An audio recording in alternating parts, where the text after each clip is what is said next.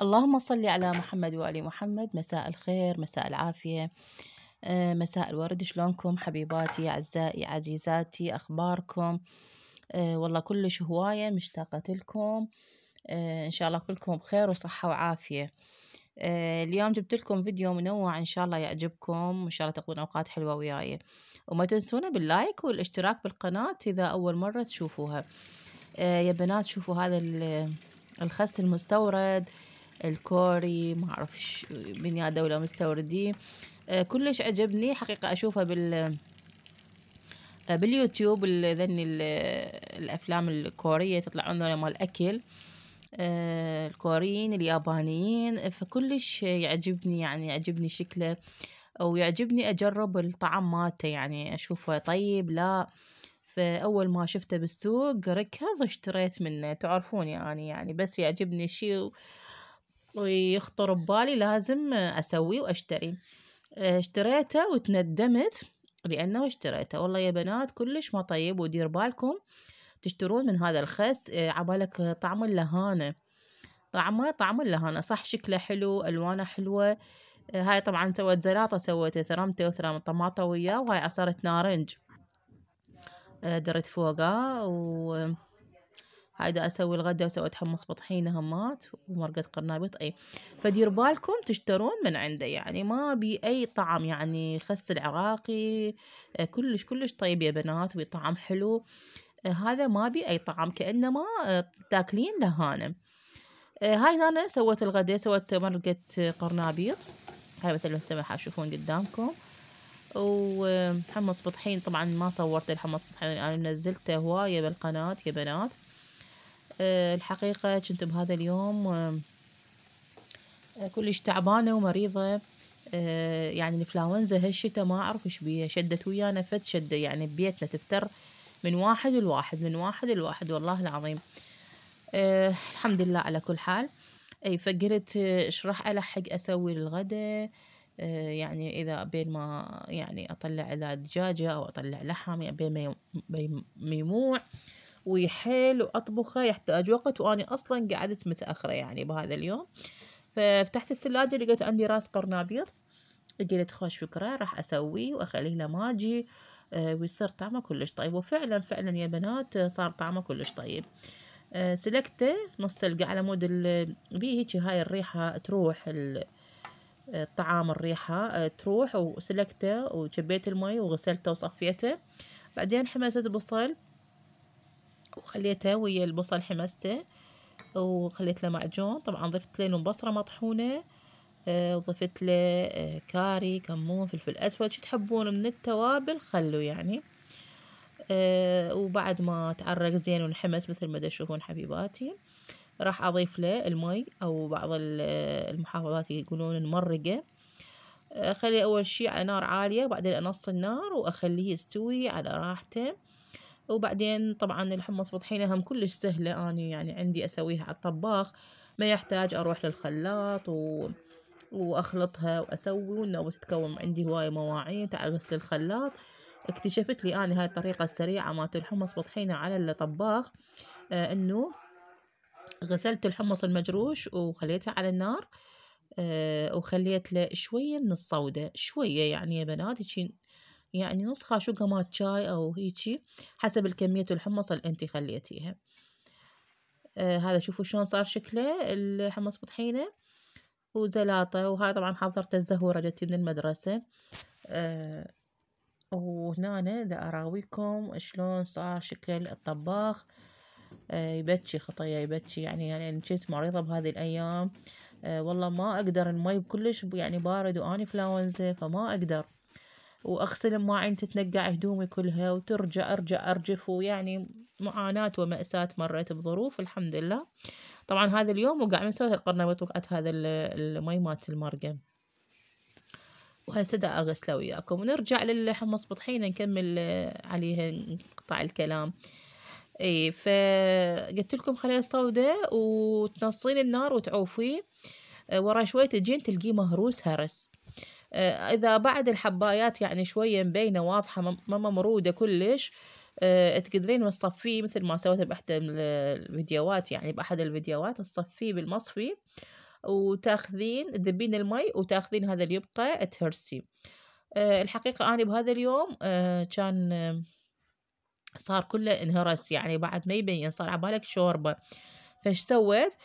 تخليه تكشفين النار من عنده وتخليه إلى أن ينشف يذخن.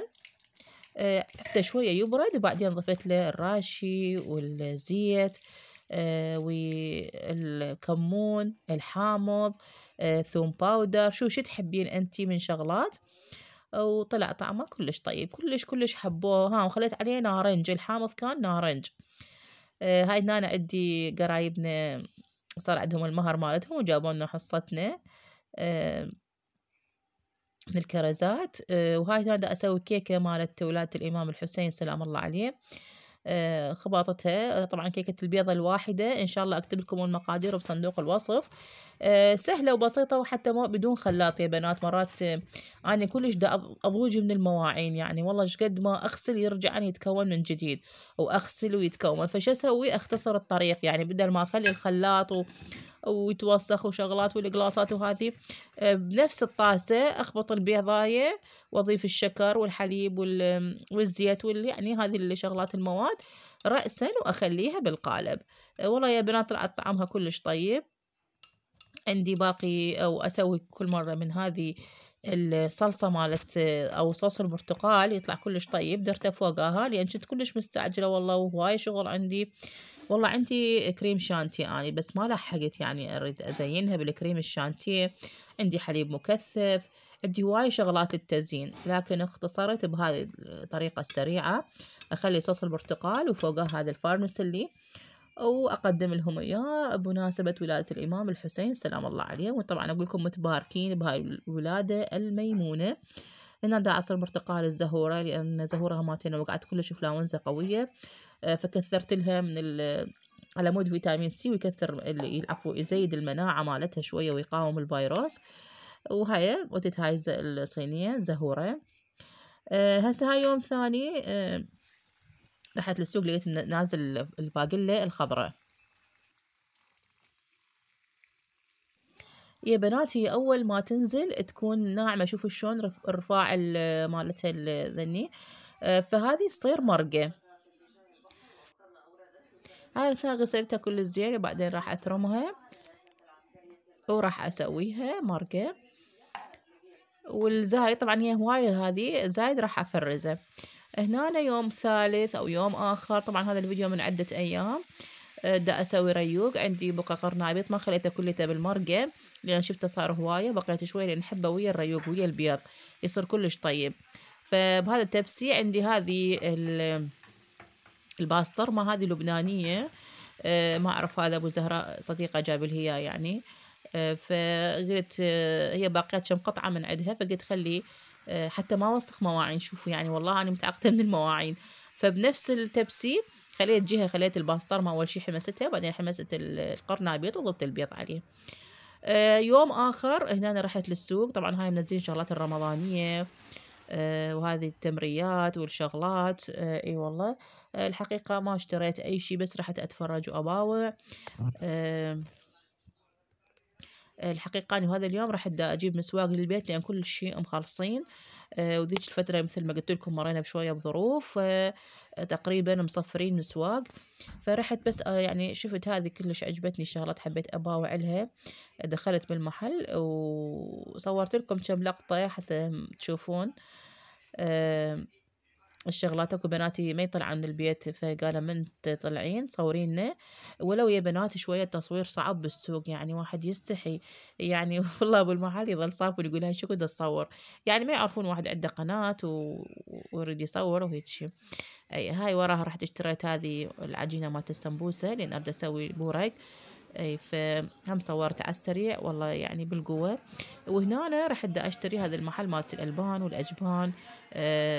اشتريت أجبان وقشطة وشعري، يعني شغلات البيت أنا كلش محتاجة تعديل بيها نواقص.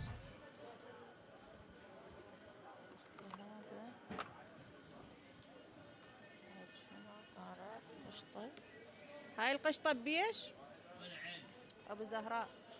هاي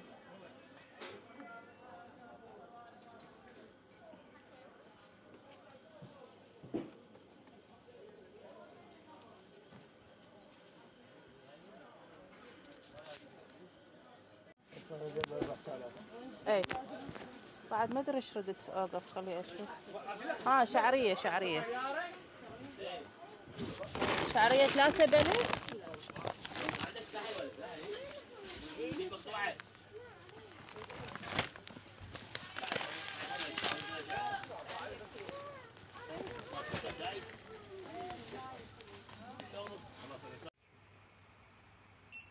وهاي ورا السوق. هاي راح طبيت على المكتبة، عندي شغلات محتاجة من المكتبة وعندي استنساخ. وهاي دا باوع هذني الميداليات كلش حلوات عجبتني دا باوع. طبعا هذني بنات سعر الوحدة ب1000. كلش رخيصات وكلش حلوات. هاي يبيع ساعات، يبيع أشكال وألوان شغلات كلش حلوة بهذه المكتبة. اي والله. فيعني هيجي اخذت لكم فد لقطات بما يستنسخوا لي. صورت لكم هيك، اخذت لي فرة سريعة بالمكتبة وصورت لكم فد كم لقطة. إذا وصلتوا لهنا وناسيني باللايك أتمنى تخلون اللايك يا بنات. شوفوا هاي البوكيه مالت الورود ايش قد حلوة. هاي مال الزكريا يا بنات. هذه ايش قد حلوات والله. كلش كلش حلوة الشغلات اللي بهذه المكتبة. يعني حبيت أصورها وأراويلكم إياها.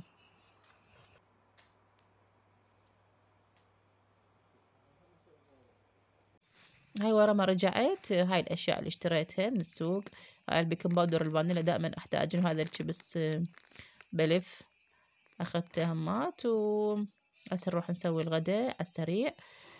هذه عندي سمكة نقعتها بالخل الأبيض وبعدين غسلتها ملحتها بالفرن. وهاي الزلط طبعا ما لحقت حتى أرتب وأصور، يعني حتى أصور الصينية أرتبها لأن كنت كلش مستعجلة. ولهنا يخلص الفيديو مالتي لهذا اليوم. إن شاء الله عجبكم أعزائي أحبائي حبيباتي. أقول لكم مع ألف سلامة.